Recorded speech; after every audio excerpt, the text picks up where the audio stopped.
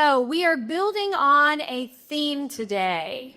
Not only is Texas the best state for doing business, for aerospace, defense, and dual-use technology, but we're going to chat a little bit about what it means to engage in place-based innovation, how the environment, not just the people, contributes to research and development, success for students, entrepreneurs, small businesses, and industry.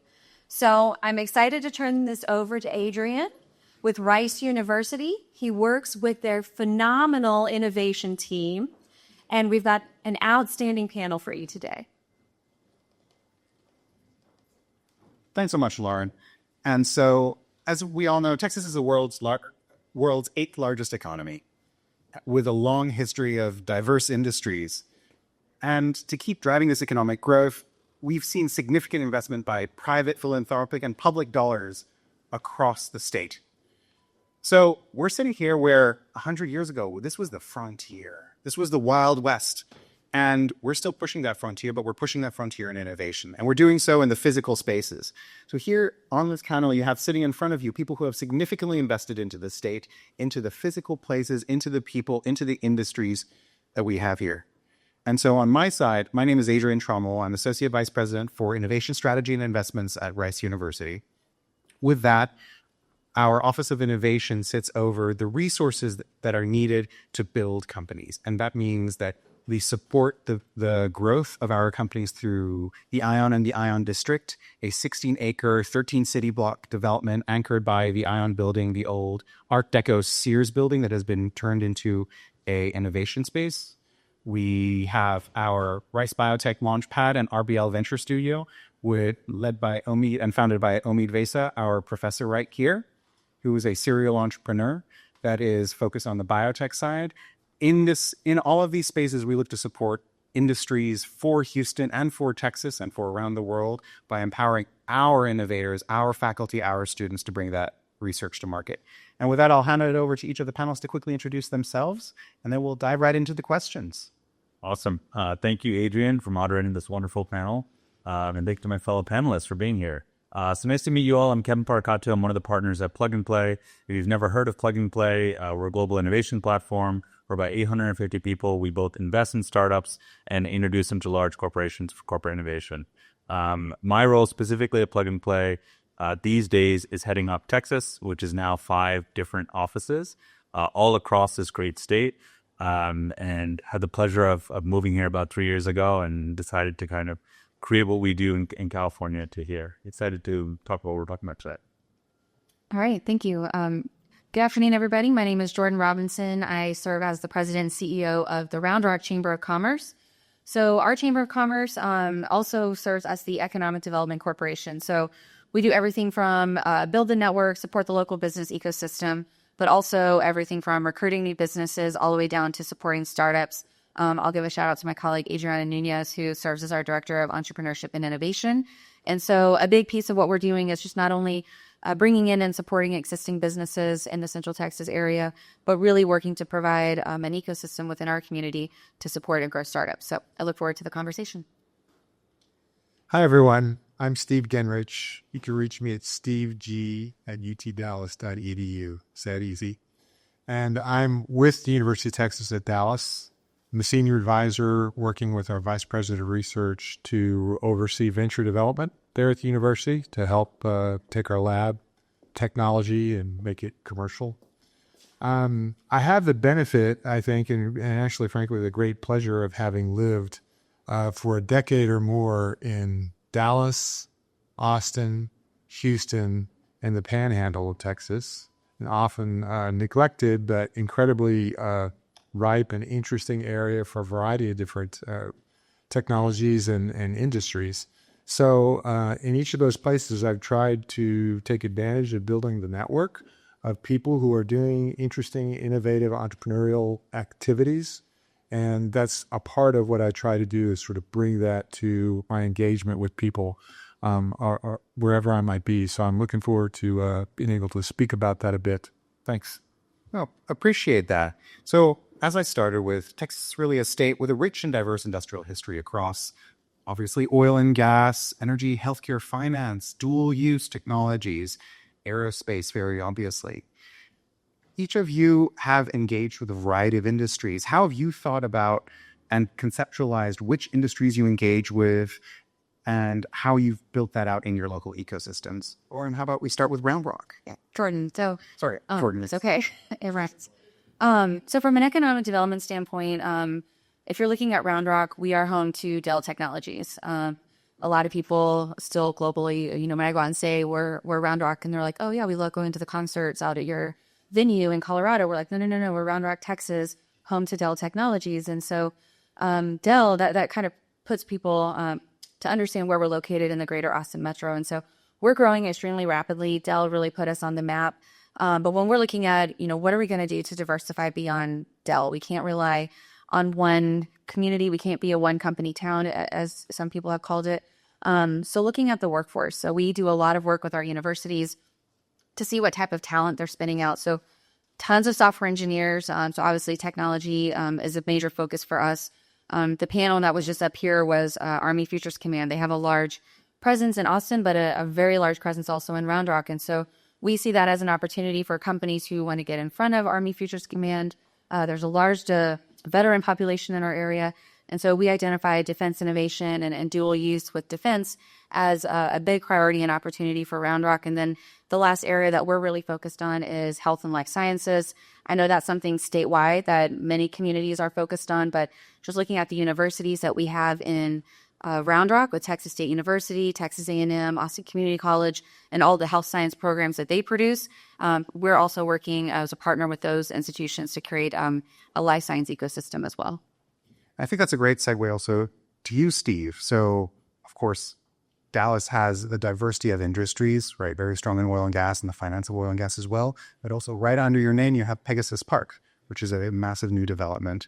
So can you tell us a little bit more about that and how you're thinking about how life sciences fits into all the activities around UT Dallas and the Dallas ecosystem? Yeah, no, thank you very much, Adrian. So yes, on my name for this particular panel, it's Steve Denners at UT Dallas at Pegasus Park.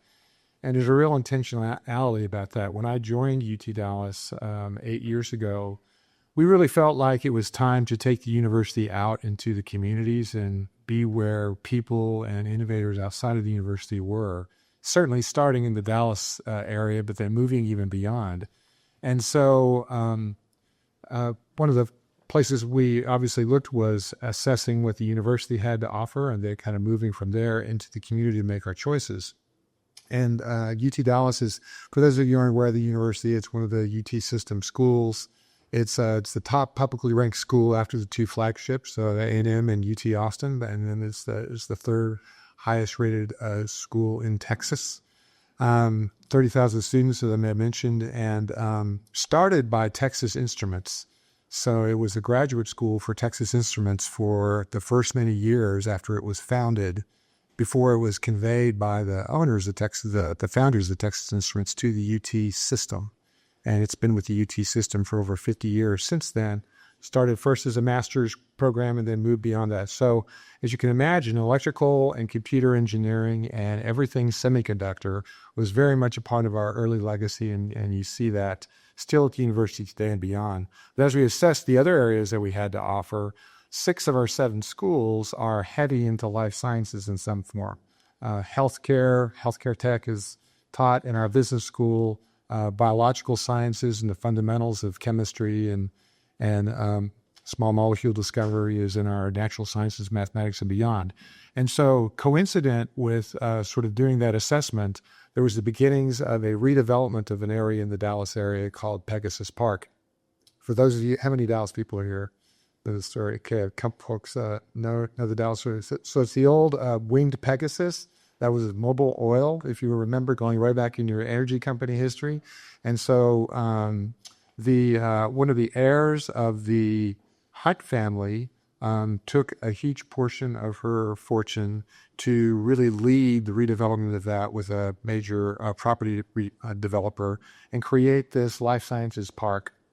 It has in fact, the only biolabs location in the world. It's in the center part of the country.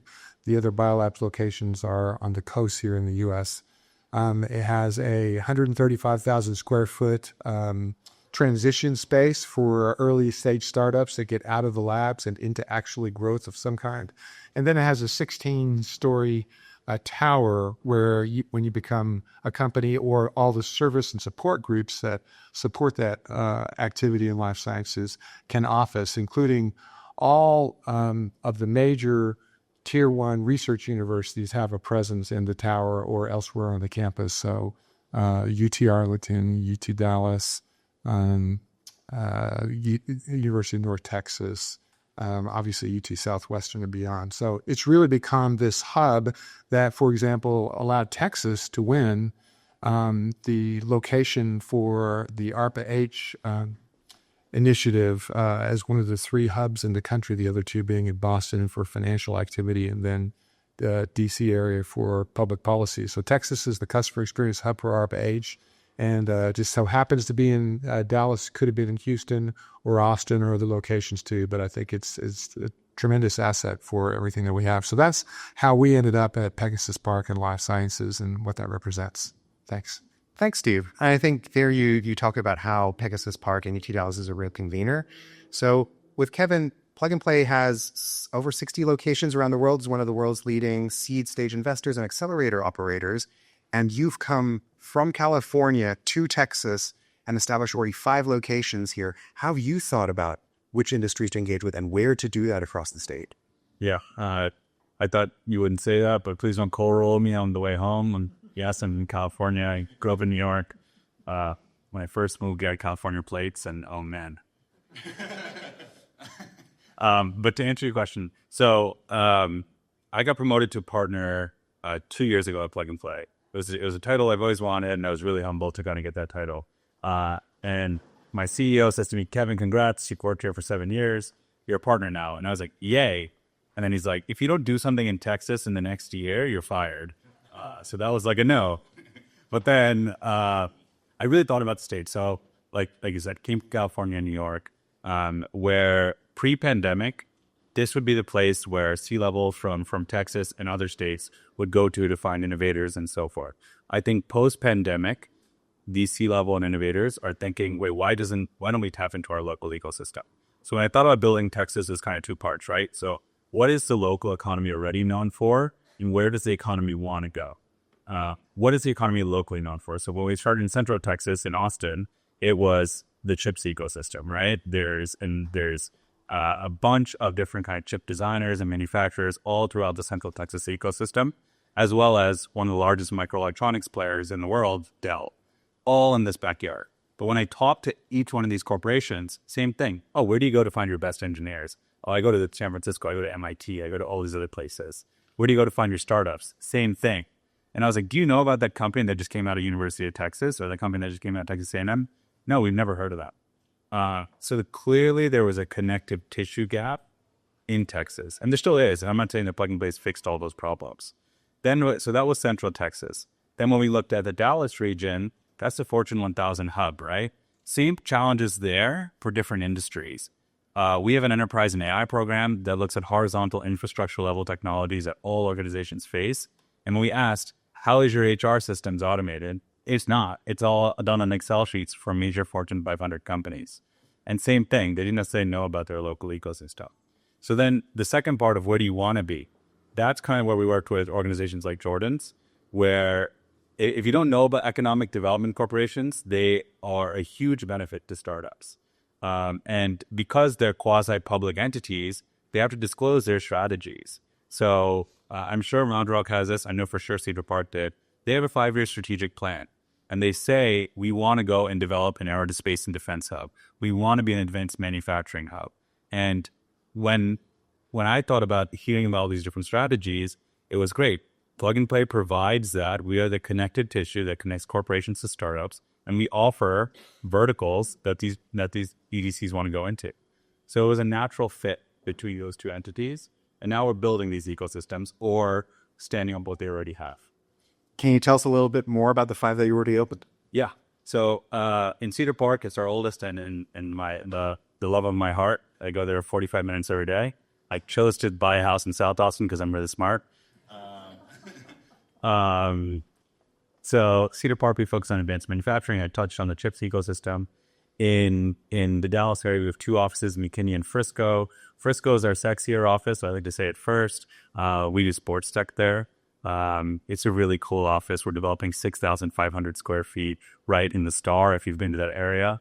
And it's going to be called the Frisco Innovation Hub. And there's going to be the Dallas Cowboys sitting right next to you, UNT, a few other entities, all in that same hub. And then right, just 10 minutes north, kind of like Round Rock and Cedar Park, it's the Red Sox and the Yankees. We're in McKinney. We're focused on enterprise and AI and fintech program. Then we're developing 2 more.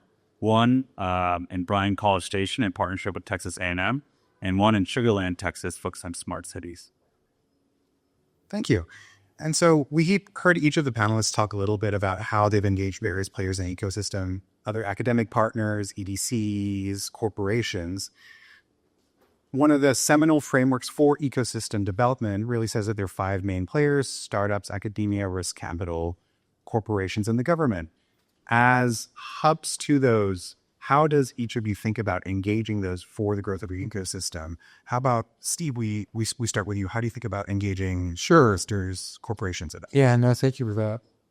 Well, one big way we have done that at UTD is, again, to go out where these different groups are working day in and day out. And so not only do we have a location at Pegasus Park, but we were very early partnered with Capital Factory here in Austin, a member of their Innovation Council, which sort of gave us access to companies not only in the Austin area, but beyond.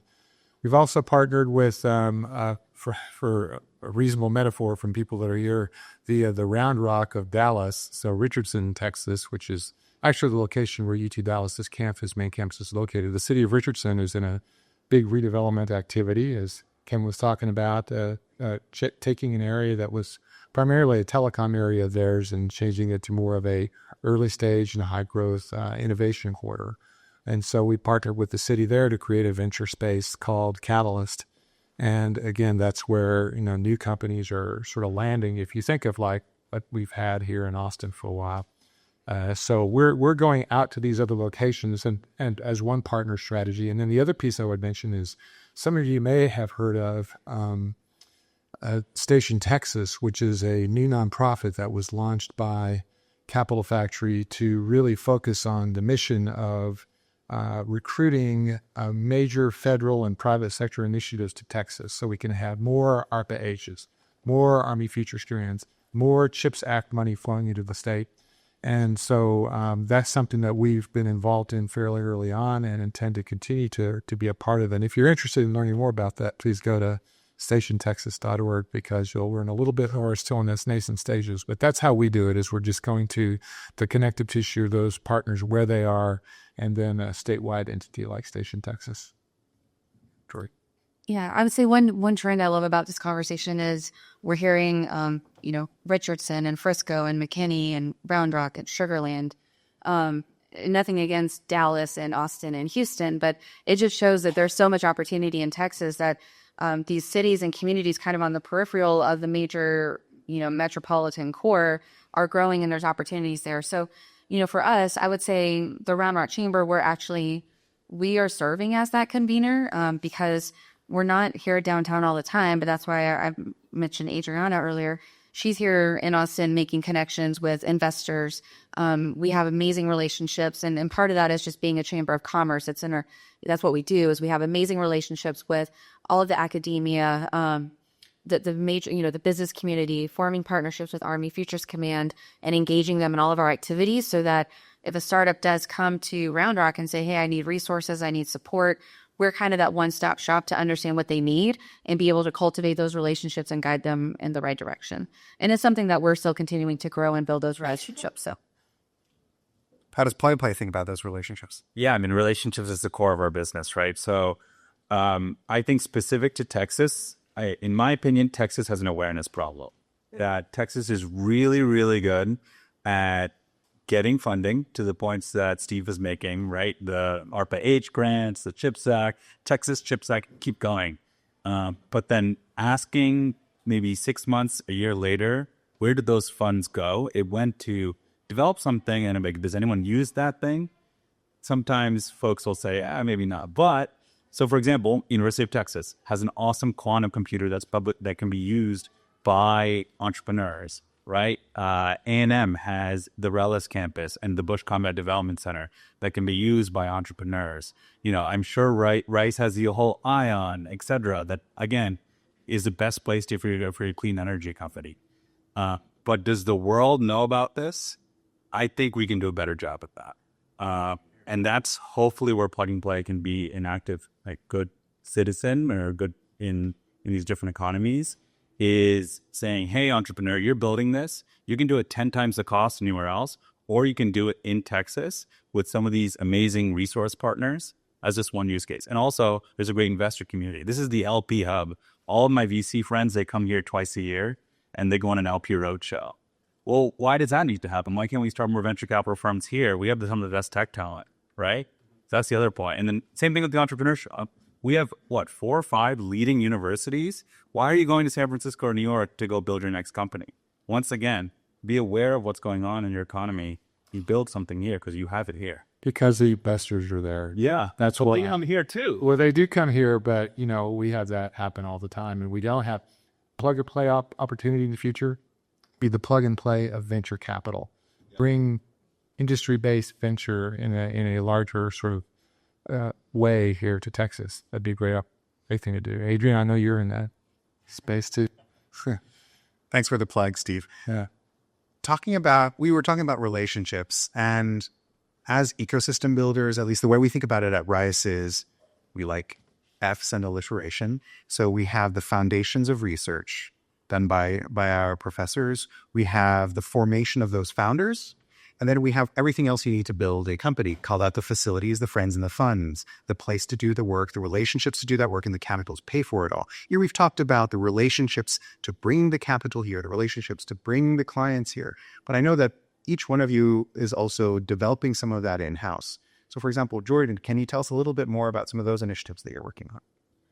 Yeah, so I would say, again, I would say that the Round Rock ecosystem is continuing to develop. It's continuing to grow. And if we go back to Dell, and thinking about physical infrastructure and physical spaces as well, there was a point in time when, there were some empty buildings on Dell's campus. And we thought, is this a great opportunity to bring in some partners? I don't know if you've driven by a Dell's campus. They now have 5 day a week and their parking lots are full. So we're pivoting, but we are working very hard to develop kind of an innovation corridor in Round Rock from Dell Technologies through downtown all the way up to Texas State University, where they just announced that they're going to be building a life science incubator and graduation space. And so spaces is important, finding those locations where startups can come together and collide and meet and share ideas.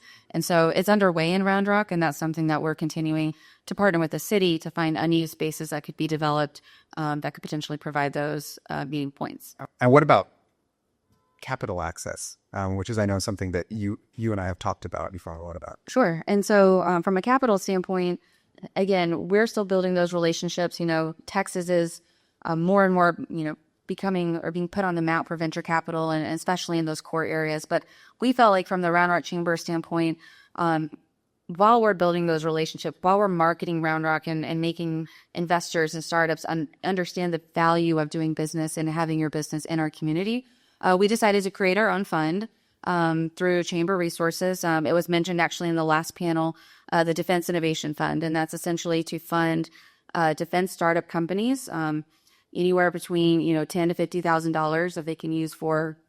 A recent one that we awarded was to build a prototype that they used to go out and apply for an SBIR grant. They ended up getting that grant, and so ways that we can help provide microloans and small support through our Defense Innovation Fund is something that we found as a value add to these companies and helping our own communities grow in our backyard. Applications are open. I'll do a plug. There's actually little cards and QR codes. So if you're a defense company or you know one, please apply. We'd love to support them and help grow that ecosystem here. But that's something now that we're looking to replicate for other industries that have been identified through our strategic plans. Kevin, Plug and Play not only operates the physical hubs, but you also have a multitude of investment vehicles. Can you tell us a little bit more about how you think about deploying that capital and the other resources that you have, including your convenings of a lot of your corporate partners, some of whom I know are in this room and upstairs right now? Yes. So yeah, I mean, I didn't touch on this too much, but it is our core business. So Plug and Play, we started out and we still are the world's most active venture capital firm. We do about 200 investments per year. Investments range from as low as around 100K to around 2 million or so. We have 4 different industry-focused funds where corporations are our LPs. So pretty different than your typical fund. We just mainly kind of family offices or university endowments. And how we think about investing in this state is, we see great deal flow here. I think the biggest challenge that we're seeing when we examine a lot of these companies is getting that lead investor. So Plug and Play is not a lead investor.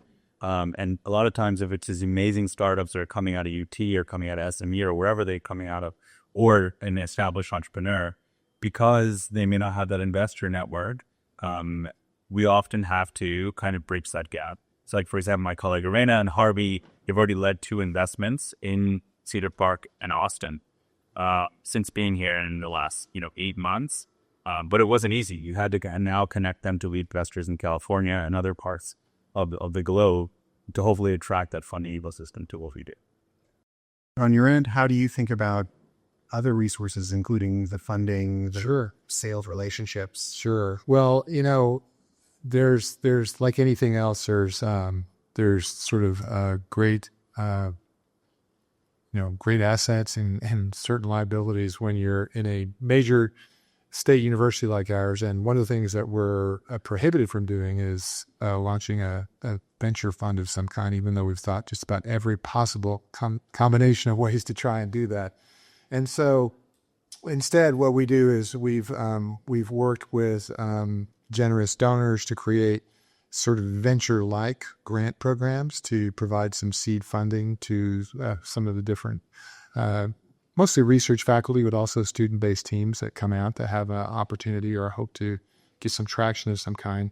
And then beyond that, we really have basically leveraged the university brand and the assets that we have, and as you know, Adrian, in facilities and just alumni base and beyond, to make it our job to meet all of the people that are doing early stage venture investment throughout the state. We're mostly more concerned about the early stage, whether they be philanthropic or for-profit or corp dev of some kind, that interested in early stage. We're less interested, as frankly, in kind of the middle round, later stage kind of stuff, because we're leaving that to the network to educate their firms on that part. But so that's our job. So we're out there hunting for, in Dallas's case, the red tech accelerators, a great retail accelerator of some kind, various kind of niche health accelerators of different types. And we see that as our job, is to create that directory so we can provide quick access to teams that seem like they have something worth looking at. Yeah. Thanks. So on this panel, we each represent a specific geography. We're talking here at the Texas House. Texas, like I started off with, is the world's 8th largest economy, and we play on a global stage. So maybe you start off. Where would you paint a picture of Texas in 10 years, the Texas innovation ecosystem in 10 years? What would you like to see? Well, so a couple of comments on that, and then I'd love to hear my colleagues on this too. We had some great success in working with, and still do today, working with Blackstone Charitable Foundation of Blackstone Group to create a network of entrepreneurship centers there through the universities. And so we worked through primarily the UT system, although Texas A&M involved, Rice has evolved at some level to create about 15 different locations across the state where we had entrepreneurship places, but then also the faculty and the volunteer staff to sort of engage with the students and researchers. And I think there's great opportunity for, and by the way, that included, because the UT system was the anchor system for that, that included El Paso, Tyler, Midland, Odessa, all these different locations, in addition to Houston, Dallas, and Austin, and the places you might expect, all these locations across the state where there are, young men and women, or, like yours truly, who are eager and interested in doing something, really novel and exciting in their community, to have the resource network that is a node to bring them in to the rest of it. And I would love to see, I'm eager to see more efforts like that. That was primarily university-based, but more efforts like that across common groups like the chambers and others. And then again, Station Texas's desire, just as a future, is to be kind of a nonpartisan convener across all those different specific networks to bring them together to have conversations about bringing more stuff to Texas. Like that's the goal. Yeah, I'll jump in. From an economic development standpoint, there's a lot of statistics out there that say more jobs are created through startups and founders and entrepreneurs than the big businesses. So just to see more of that activity is a goal, I think, of all of ours. That's why we're here. But going back to your point, Texas is the eighth. Texas were its own country. We would be the 8th largest country in economy in the world.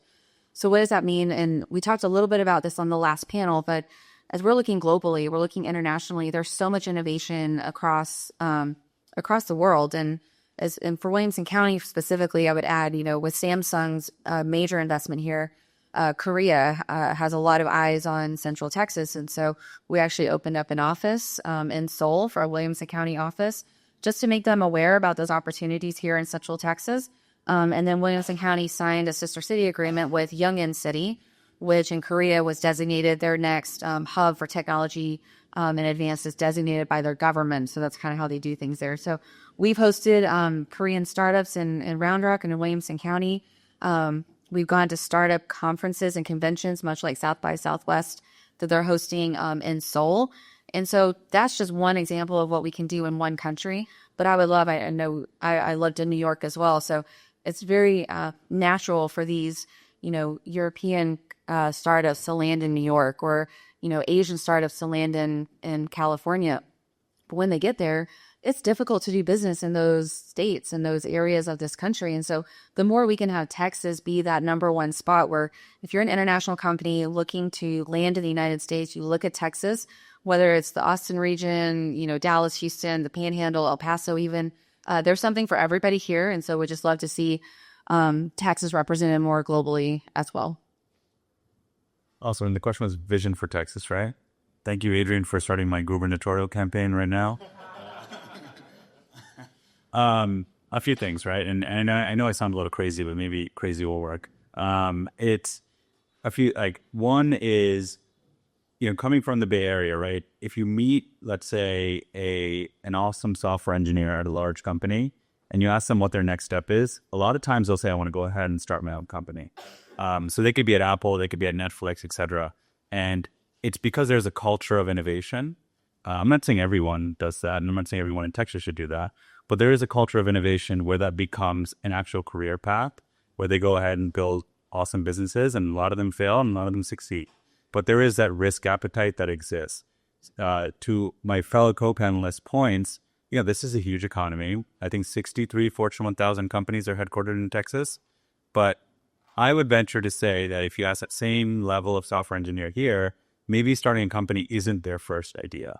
So if I think of a 5 to 10 year future of Texas, it's just as simple as that. It's you're an individual at AT&T, at Southwest Airlines, at AMD, etc. You're building something amazing. You're actually really disrupting the world. And now you have the confidence and the environment around you to go ahead and say, I'm going to take the leap and go become an entrepreneur. Each of you is adding to that culture because I think empowering people to say that, hey, entrepreneurship is a path that you can pursue requires the resources around them and people who've done it before. A lot of those people, a lot of those founders are here in this room, are here at South by Southwest. Right now, what we're seeing is a lot of companies move to Texas at the growth stage, right? I think of Amagy, which was founded in New Lab at New York and just opened a massive facility in Houston. We can think of our neighbors just down the road. And with all of that, how do you see the ecosystem developing also from a talent development perspective? And Steve, I'll direct this to you from an academic to an academic. How can we help form those early stage founders? So we have those later stage engineers, the later stage talent that we need to staff the growth stage companies. How do we help them, the founders? Sure. Well, I have to, frankly, not this huge love fest, but I have to give a shout out back to Adrian and his institution because the 2 top ranked entrepreneurship programs in the country, year after year after year, undergraduate and graduate, are University of Houston and Rice. They're both in Houston. Those are the top ranked entrepreneurship programs. So you're going to grow some really great fundamental knowledge about entrepreneurship.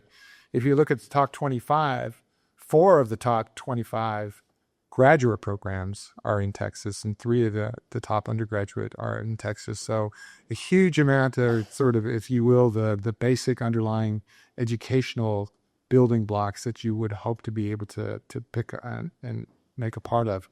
And, so, I mean, I think there's a lot of activity on that front that folks can avail themselves of, not necessarily to sort of sign up for a $25 or $50 or $75,000 a year undergraduate or master's program, but UTD, for example, we have a graduate certificate you can come back for, and 3 classes, take it and have a certificate of entrepreneurship, and we'll pay you to work on your startup when you come. If you're an undergraduate, you can get a $5,000 scholarship, and a graduate $25,000. So there's a lot of opportunity for, I think, just on the university side to be able to engage on the talent.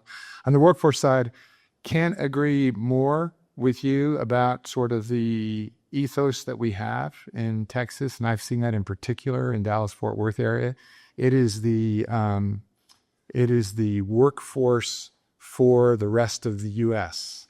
People are bringing their companies here. Yes, well, we have 60 plus Fortune 500 companies here, and so that's a good thing, no doubt about it. It's sort of powered a lot of the growth of the state, but I think that there's a real opportunity frankly, for having a group like Plug and Play here in the country or in the state that can be a place that people can go and sort of move into that next thing that they want to do and encourage them to do that. So, it's a couple thoughts.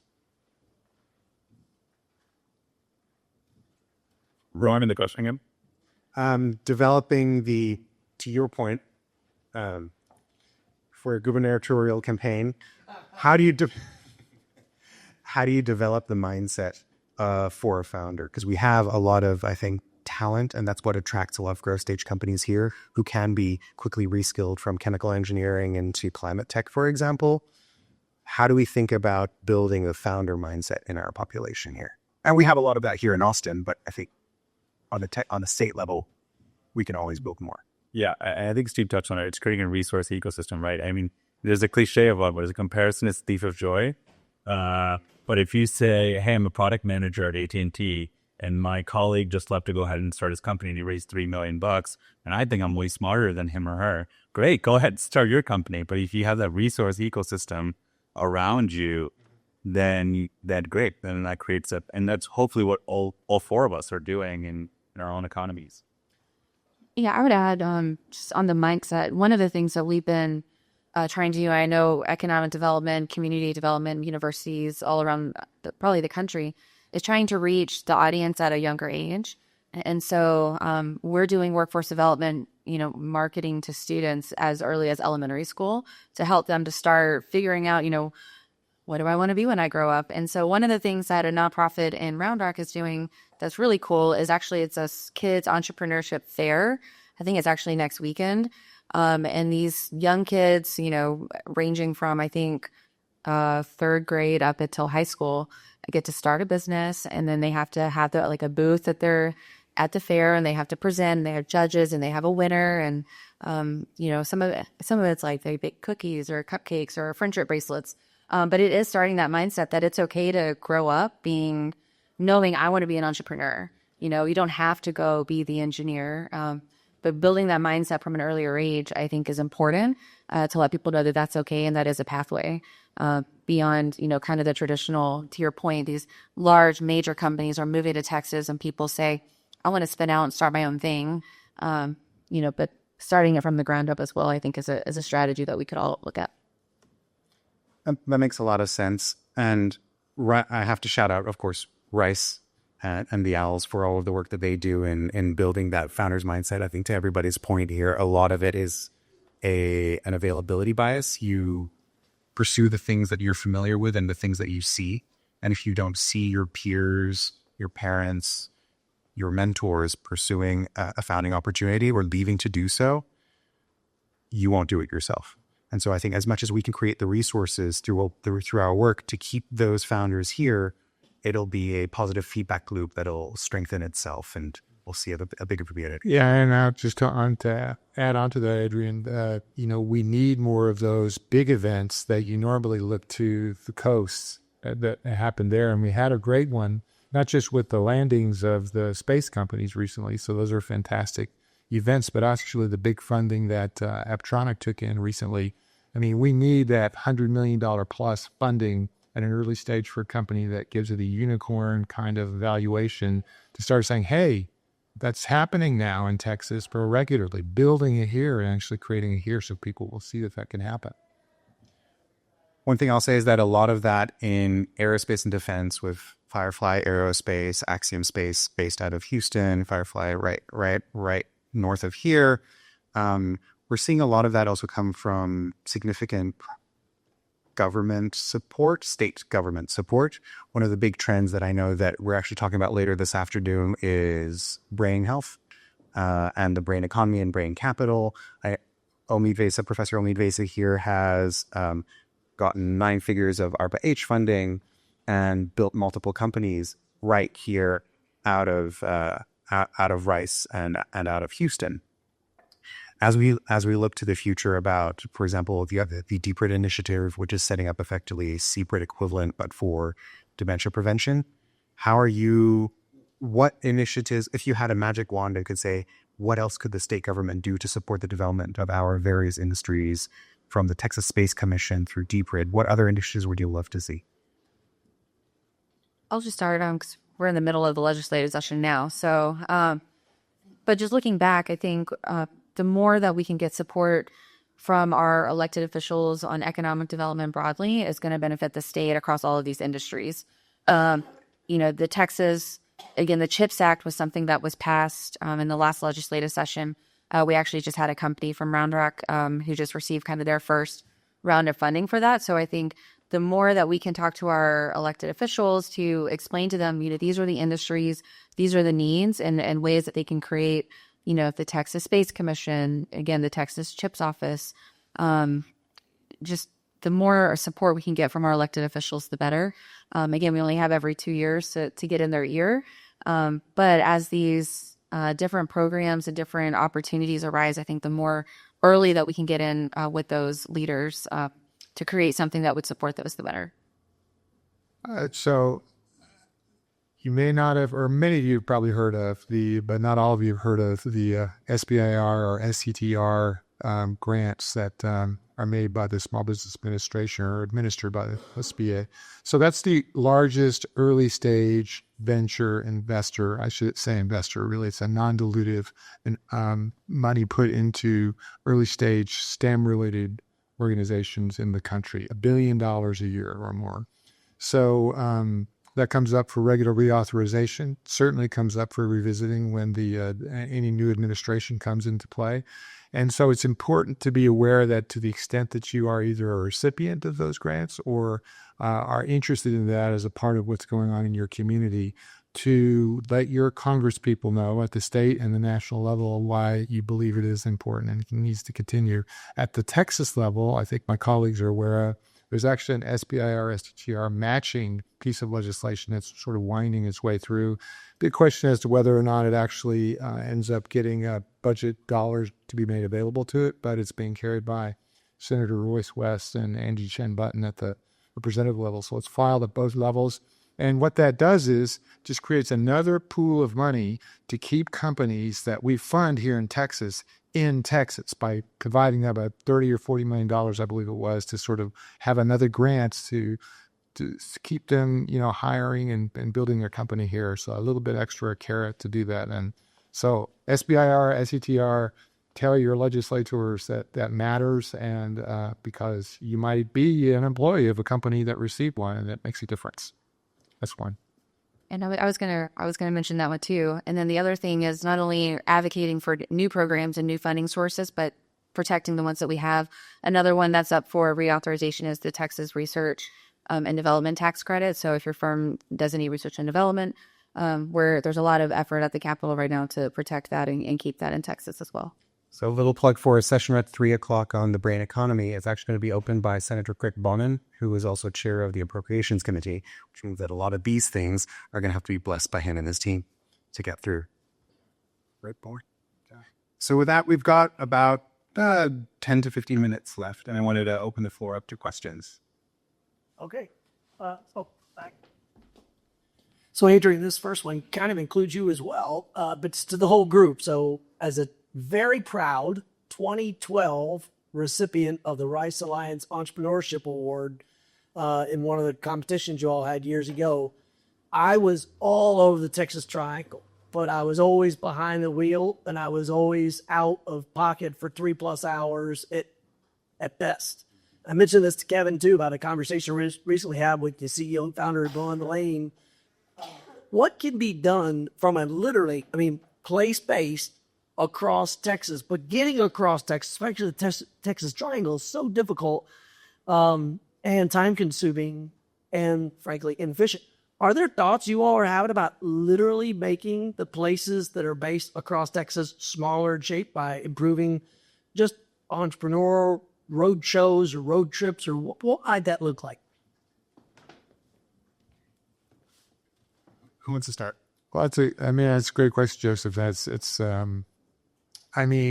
think it helps to have an acknowledged sort of default location that you go to in these big communities, where that's you sort of conduct as much of your business as possible. And that's what Pegasus Park is trying to do for the Dallas-Fort Worth area. We've obviously got the Texas Medical Center in Houston, and then, of course, the Austin Innovation District, Delmed, et cetera, that's kind of shaping up here. So that helps a little bit to have like a recognized area, I think, of some kind. And then it's not a cop-out, but I think COVID sort of proved to us that we can get a lot of business done, virtually. And I don't know to the extent that really solves the problem of the commute. I am a Dallas commuter. I live here in Austin, but I commute to Dallas regularly, and 35 is getting a little bit better, but it's still 35. So I don't have a good answer. I'd love to hear what our colleagues have to say. Yeah, I would build on that. I actually realized today is the 5-year anniversary of the shutdown, the COVID shutdown. So we made it 5 years. And so that actually changed that. I think even that was a pivotal point in a community like Round Rock, to your point, being able to meet entrepreneurs where they are and provide those resources where they don't have to do as much commuting and traveling around. Going back to the legislature, I know there's bills filed to have a high-speed rail from Dallas to Austin. There's been one initiative for a long time for Dallas to Houston. So it's a challenge, but it's something that we're aware of and advocating for. We're a big state, so. Not too much to add. Agree on the high-speed train. All I would say is that I think, myself included, we drive through these towns and are not very well aware of the things that these towns do, and they're major providers of the economy. And part of the work that Plug and Play is now doing is, as you go through these different towns, you actually realize that they're actually developing an aerospace and defense center or a clean energy center, or whatever it is, and kind of highlighting what those cities do. So hopefully you don't only have to go to Dallas to view the Fortune 1000. On your way to Dallas, there might be some amazing entrepreneurs, corporations, etc., investors even, that you can stop on the way. My minor addition would be a reframing of this, or rather not a reframe, but it's how I frame it in my head. It's from an inbound perspective. As we heard, Zoom has allowed us to do a lot of inbound without leaving our homes. I myself work for Rice, but I'm based in Austin. I am the one-person Rice office Rice office in Austin. But also, the other inbound things is, as community builders, we can also bring the rest of the world and the rest of Texas to our communities here. So we organize an event for our spinoffs called Deep Tech Day, where we bring investors actually from around the world to see pre-incorporation and recently incorporated companies, really, which is where we engage, to see, hey, this is what Rice is doing. This is what our community is doing. Big shout out also to Emily Reiser, who's a senior leader at the Texas Medical Center's Innovation Institute and the Texas Medical Center Venture Fund, who's done a phenomenal job with their bio bridges for global partnerships, but also bringing in the rest of the state to the center of excellence, as Kevin was saying there. So that's on the inbound. On the outbound side, I grew up in Europe with public transport. I'd love to see a train. That's just My name? years ago. A decade ago. I want to put a pin on something Ken was saying earlier because I've been studying Silicon Valley for a very long time to extract the lessons learned. And if you look at what happened in Silicon Valley, the actual breadth of innovation exploded in the early 80s.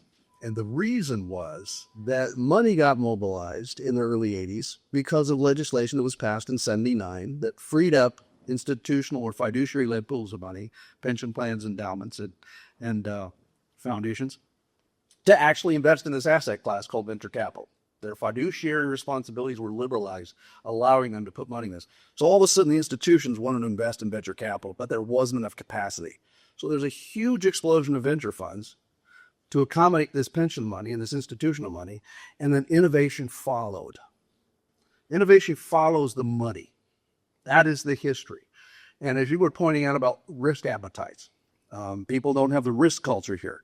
What happened in Silicon Valley back then is the middle managers that worked at Intel or Hewlett-Packard, the long-time technology firms in Silicon Valley, they now saw a line of sight to take their idea, or maybe the management of Hewlett-Packard didn't want to put resources behind and get behind it, but customers were interested.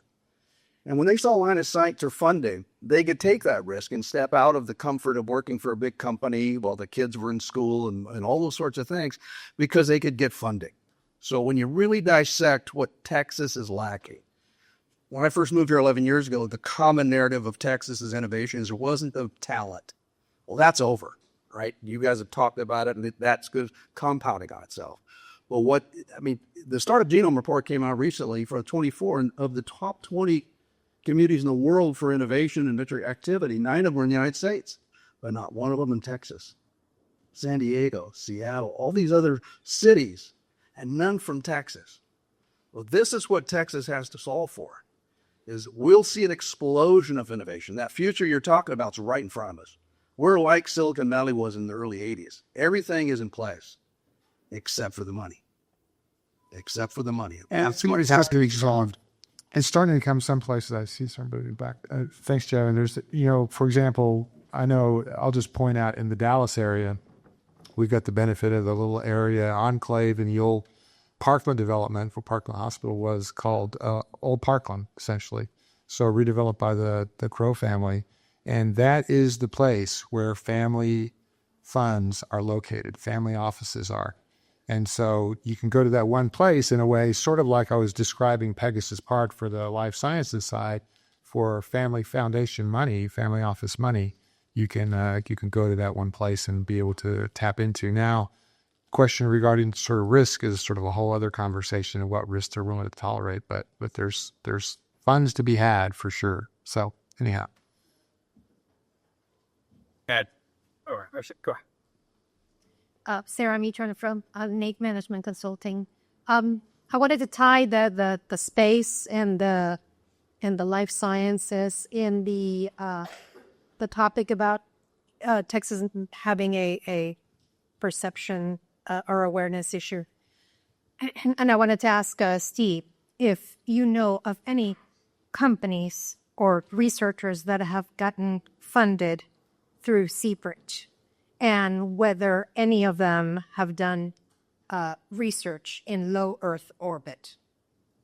Well, LOE I don't know about as much, but maybe, Adrian, frankly, you might know of a particular group out of the Houston area that would be, for example, the space agency for Texas recently had put a lot of money to work.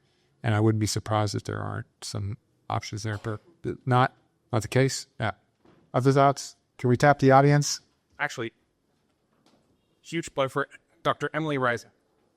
Yeah, thanks for the question. I know of one for sure. That's Mongoose Bio out of Houston. So founder out of MD Anderson, cell therapy technology, and they have a project out of his MD Anderson research that has sent the cell therapy to space, looking at some manufacturing innovations and how the cells act in microgravity. But they also have a $3 million CBRIDGE award for the seed company that spun out as well. Just so that you guys know, CBRIDGE is a an agency that was developed for taxpayers' dollars to fund cancer research. It has a $6 billion fund. None of them, for very few of them, actually have funded, have actually leveraged it and actually have done research in space. And I encounter very few companies that have leveraged it. You know, the space part is kind of I think the space part is the interesting sort of qualifier there. I mean, I know across all of our major institutions, we've all availed ourselves of millions of dollars of CPRIT funding, which had powered some of the research labs we had. But those kind of working on space, I think that it's an interesting question to go back to the campus on. Just to close, the International Space Station is actually offering a matching for any funding for cancer research. And I have been trying to bring CPRIT to the forefront and to connect the dots and to ensure that they actually are encouraging their scientists and researchers to do researches. Don't escape. Bring your card up afterward. Yeah, thanks for sharing that. And then I want to, in addition to Dr. Emily Reiser, I want to point out Allison Ryans here, who also heads up J Labs in Houston. So both of them huge community builders in the life sciences space here. So also worthy connections for this point. So with that, I think we are at time. So I want to give a hand. Before we wrap up, any parting remarks for our audience? Steve G at utdallas.edu. No, just thank you for having me. Again, if any of you all are in the Central Texas area or in Round Rock and need some support of any kind, just feel free to reach out. Thank you. Same thing. If you're building a business or looking for funding or looking to connect to corporations, hit up myself, Arena, I believe Harvey's around here too. So that, please join me in giving a hand to our panelists. Thank you, Lagoon. Thank you.